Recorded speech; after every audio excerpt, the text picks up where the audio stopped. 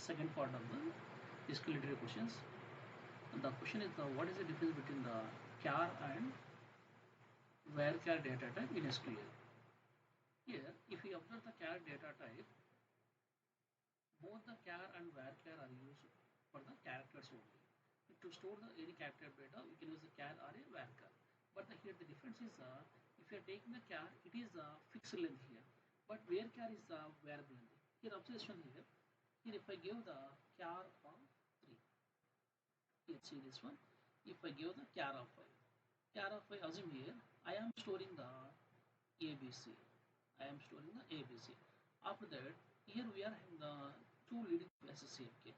Here the it is taking the two leading spaces here. In the remaining cells are filled with the spaces here. If I am taking the varchar of 5, varchar of 5, in this point of view, here even though it is allocating 5 cells, okay, we can store the data up to the 3 cells only. Here the remaining cells can be stored another type of data, means other data only. Okay.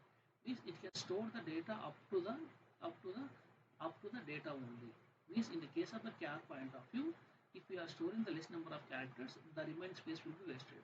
But in the case of the varchar point of view, the space will not be wasted. Why? Because the data can be stored up to that part only. That is a difference between the char and the varchar. Let's come to the second question. What is a table? What is a field in SQL? Here the table stands for a table is a structured data collection organized into rows and columns. Okay. Whenever we are organizing the data like this one, rows and columns, it is called as a table. Here in the table point of view, if we are taking each and every column, the columns are called as the fields here. See this one here, ID is a field, SSN is a field, ISSN is a field, or publisher ID is a field, general title is a field. Field stands for the columns here, representing the specific attribute or the property of the data. Okay. Here the fields are, for the other name is the attribute also. Okay. Here attribute always represents the property of the data. Here the if you are taking the each and every row, the each and every row is called as the record here. See this one for this complete data. This is called as the record. Okay. This complete data is called as a table. The columns are called as the fields, and a row is called as the record. Let's come to the next question. What do you mean by null value in SQL? Null stands for options of the data. It is not equal to the empty string or a zero. Means here the zero means it is having a value. Empty string it is also having a value. But null stands for options of data. Means whenever the data has not been available, the data has been missing. At that time only we have to use the null here. Right. See this one. Here I am writing the Tom USA. This is the phone number. John UAE, and this is the phone number null here. Means the John is not having the phone number. That's why I wrote the null here. Yes, in the case of the anti pointer, there is no place here. I am the as a null val. Null stands for absence or the missing or the unknown. In those cases only write down the value as the null here. Let's come to the next question. The next one is what is the difference between the delete and truncate here? Here the delete is a reversible DML command. Okay. Here, whereas truncate is a irreversible, that is a DDL command. Truncate is a DDL command, whereas the delete is a DML command. Okay. In both of these point of view, the data has been deleted. Okay.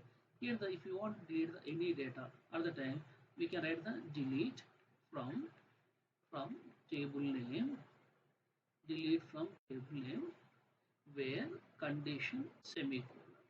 Here, whatever the condition has been matched with the corresponding tuples or the records, only those will be deleted. If I wrote only delete from table name, in this point of view, all the records will be deleted. Okay. If I have taken the truncate table name, in this point of view, in the case of the truncate point of view, all the records are deleted. Okay. But in the case, the advantage of the delete is in the case of the delete point of view, we can delete the single record, one row or more rows here. But in the case of the truncate point of view, all the rows are deleted. Here the delete working is very slower when compared to the truncate here. And also we can't use the truncate statement for the table containing foreign key.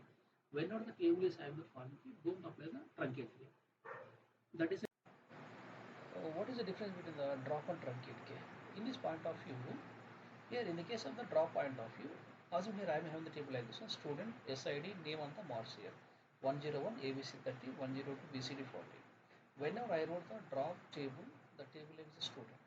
Whenever I wrote like this one, the table is means the schema along with all the records, all these are deleted. But in the case of the truncate point of view, only the records are deleted. Means only the data is deleted, but the schema is printed as it is. In the case of the truncate point of view, only the data has been deleted, the records are deleted. The schema is printed as it is. Schema stands for the columns, the table name, the data, they are presented as it is. They will not be changed anything. But in the case of the drop point of view, the complete table is deleted. And also the drop works very slower when compared to the truncate here. And also both are the irreversible DDL. These are the difference between the drop and the truncate. Next, come to the next one. How to find the nth highest value in the column of data. Nth highest value stands for it may be the second highest salary, or third highest salary, or fourth highest salary, or second highest mark, fourth highest mark. For this purpose, we have to use the offset class. We are having a class. That class name is the offset class. Okay. Here, assume here I am having the employee table. In this table, I am having the employee names and the employee salaries. Here, my aim is I want to find the second highest salary. Okay. For this purpose, I wrote the query as select star from. Give the table name. Means on which table you want to apply this query. After that, order by column name DSC. What is DSC? Descending order. Here the column name is the salary. In this point of I am taking the my column name is the salary. Whenever I wrote the order by salary DSC at the time, all the salaries are in the descending order. Here the highest salary is the 5,000. That is our first record. The next record is the 4,000. The next record is the 3,000. We are having the 3,002 records. After that 2,000. After that 1,000. Okay. Here I wrote the offset of one. Whenever there is offset of one, it skips the first record. Means the control will jump to the second record here. Next after that limit one stands for it takes the only one record only. Here what is the record here? The value is a 4,000. Okay. If I want to take the third highest value, in this point of view, I will get the offset of 2. Whenever there is offset of 2, it skips the first two records and it will jump the next record here. Okay. To get the next highest salary, we have to jump like this one. If you want to find the nth highest value, in the offset place, write down the n minus 1. Whenever there is n minus 1, it skips the n minus 1 records. After that, how many records you want to fetch? That is called as a limit here. Whenever there is a limit 1, it fetches only the one record only. After that, the next one is the what is the difference between the SQL, SQL and the NoSQL. Okay. Here the whenever there is a SQL, SQL stands for structured query language. This is the non-structured query language. In this point of view, the SQL uses the structured tables, whereas it is using the non-relational. Okay. Means if I am taking the SQL is a relational. Means there are the tables out there. You observe this one, there are the relations out there. The SQL model is the tables format. The non-SQL is a NoSQL is a NoSQL is a non-relational. Non-relational stands for it is a key value pairs like the dictionaries, hash tables. If you are taking the wide columns like the 2D version or key values, the documents, XML, JSON, ML, the crops, all these are comes from the NoSQL database. Okay. Let's come to the data point of view. These are the structured tables, but these are the semi-structured. Okay. These are not the complete structure, these are the semi-structured only. Next, after that, flexibility point of view, these are the strict schema, but these are the dynamic schema. Dynamic stands for we can increase or decrease in here, but here it is not available. Okay. Next, after the transaction point of view, it is following the ACID properties. ACID stands for atomicity, consistency, isolation, and durability. But in this point of view, it is using mostly the base only, few of the ACID properties. Okay. Coming to the consistency point of view, these are very strong, but these are the eventually too strong. Means these are not up to the strong like the SQL. SQL is a very strong when compared to the NoSQL. Let's come to the availability point of view. These are the consistency, prioritize. These are the basic availability. Scaling point of view, these are the vertically operating hardware, and these are the horizontal operating the database partitioning. Here, see this one here. In the case of the SQL point of view, I can attach the servers like this one, server 1, on above this one, server 2, on above this one, server 3, like this one. And there is a vertical possibility in the case of the SQL point of view.